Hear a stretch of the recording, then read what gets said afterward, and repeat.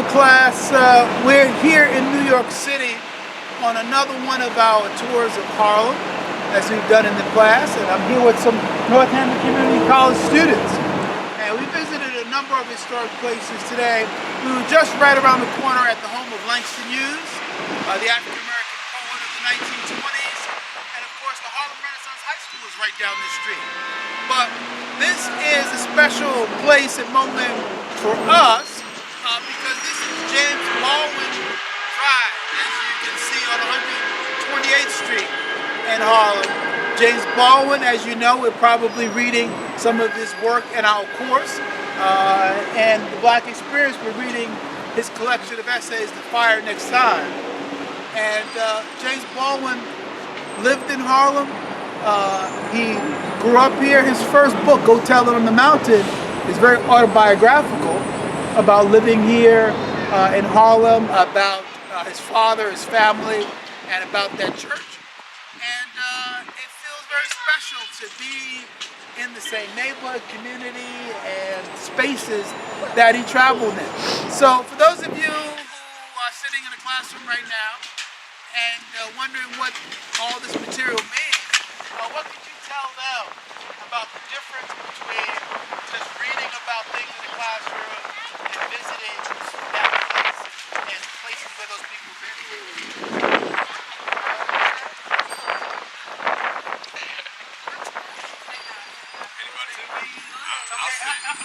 I'll say it.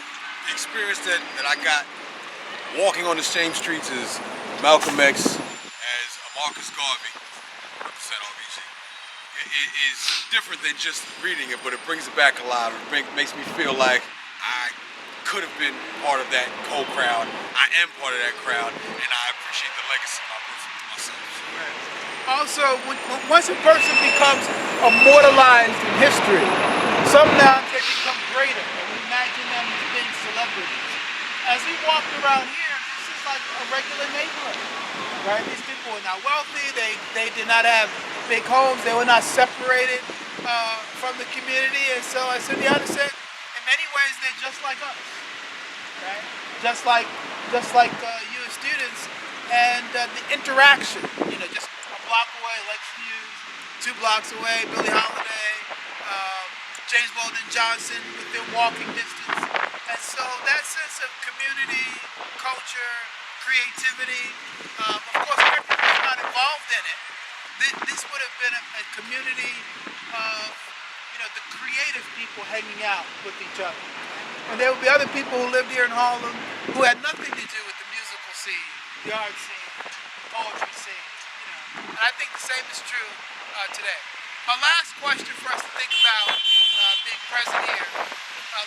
Langston Hughes is my favorite poet, and James Baldwin is my favorite writer. And the thing that amazes me is wondering, how did he learn to write so well?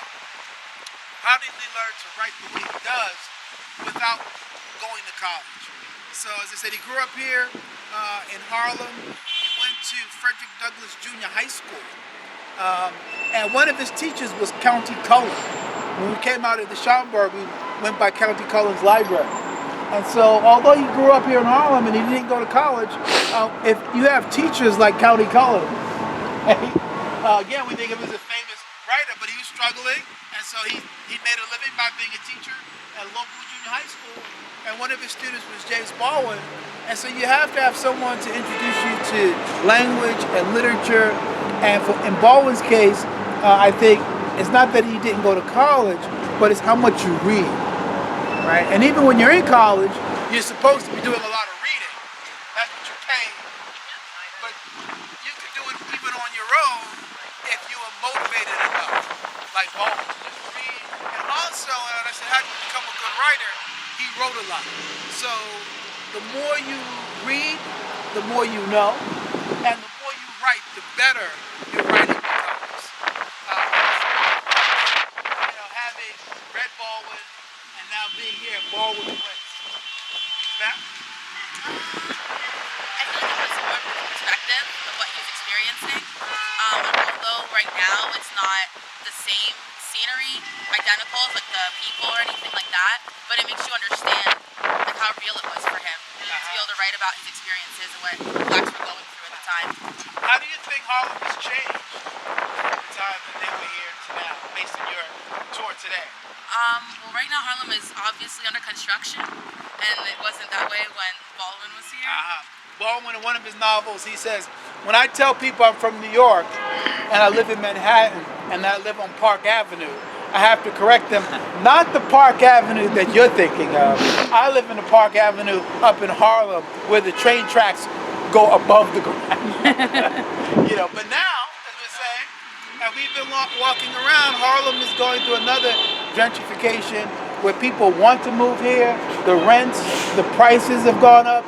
The homes are as beautiful as any other place in New York. So Harlem is in vogue again and going through another cultural gentrification where it's much more diverse. Many more white, Hispanic, and Asian people living in Harlem today than lived here in the 1920s or in the 1960s. And who knows, 20, 30 years from now, Harlem may be very different, but the history will still be here. Well, hope you're enjoying the course. Take care and be well.